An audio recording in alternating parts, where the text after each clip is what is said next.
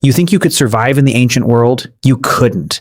Take away your home, medicine, stored food, clean water, and every person trained to protect you. Now add a sky filled with ash, unstable climate, animals that see you as prey, and human groups scattered across a hostile planet. You would not have survived humanity's darkest era. Most people alive today would not last a week.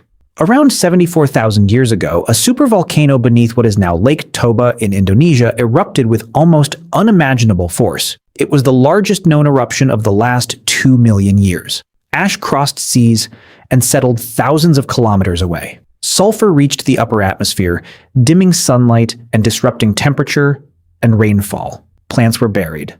Animals fled or starved, and humans had no warning.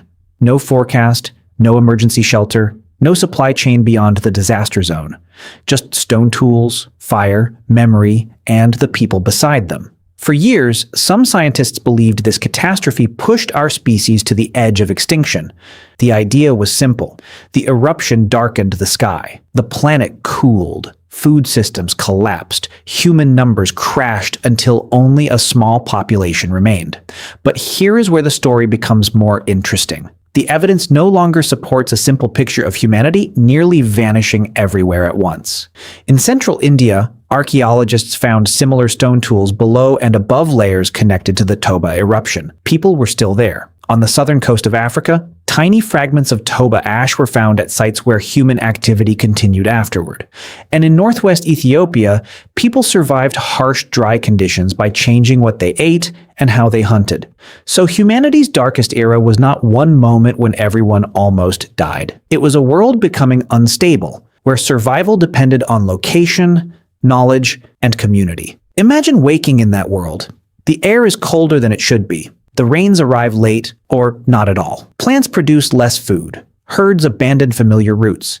Every journey becomes longer. Every hunt becomes riskier. A small injury can become fatal. A broken tooth can mean starvation. A fever can move through the group with no medicine to stop it. When food disappears, every shared meal becomes a decision. Do you feed the injured hunter who cannot walk? Do you help the old woman who remembers where water can be found? Do you carry a child who slows everyone down? Modern systems answer these questions for you.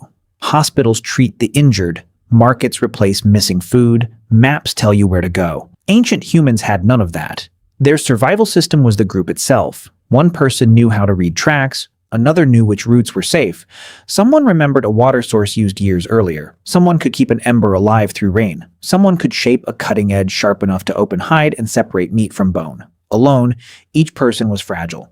Together, they became difficult to erase. That is what most people misunderstand about ancient survival. It was not about being tougher than us, it was about carrying knowledge we no longer need to carry. Drop an ancient hunter into your city, and machines, traffic, laws, and screens would overwhelm them. Drop you into their world, and much of your education would become useless before sunset.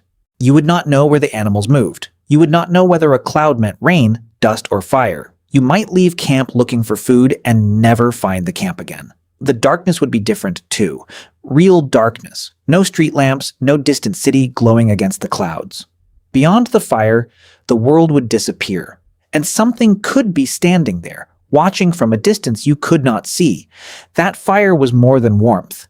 It was light, protection, cooked food, and proof that the group had survived another day. But even fire was not guaranteed. Rain could kill it. Wind could scatter it. One careless night could turn into several deaths. So people planned. They carried embers. They shared tasks. They protected injured members who still held valuable knowledge, and they changed their diet when familiar food disappeared. That flexibility may have been our greatest weapon. At one Ethiopian site from the period around Toba, people ate fish during a severe dry season, likely catching them as shrinking rivers trapped them in shallow pools. They did not wait for the old world to return. They used what the new world gave them. That is why humanity survived. Not because the disaster was harmless, and not because every population escaped. Some groups almost certainly vanished without leaving descendants. Entire family lines ended in places we may never find. But elsewhere, people adapted fast enough. A coastline offered shellfish when inland food failed. A river offered fish when larger animals disappeared. A cave blocked the wind. A social network connected one group to another. Survival existed in pockets. Small islands of knowledge in a world that could change without warning. You probably would not have survived that era. Neither would I. Not because our bodies are weaker, our bodies are almost the same. We would fail because nearly everything keeping us alive is invisible to us. Someone else purifies the water, someone else grows the food, someone else keeps electricity moving, medicine cold, roads open, and buildings warm. We call that independence because we rarely see the people behind it. Ancient humans could see their survival system sitting around the fire. They knew who found the food, who carried the water, who remembered the route, who stayed awake while everyone else slept. Humanity did not survive because one heroic individual defeated the cold, ash, and hunger. It survived because vulnerable people combined their knowledge and refused to become isolated. So no, you probably would not have lasted long in their world. But you are alive because they did. Every breath you take is evidence that somewhere under an uncertain sky, a group of humans kept the fire burning. They shared what little they had. They taught the next generation what disaster had taught them. And when the world changed, they changed with it. They were not stronger than the darkness. They were simply harder to extinguish together.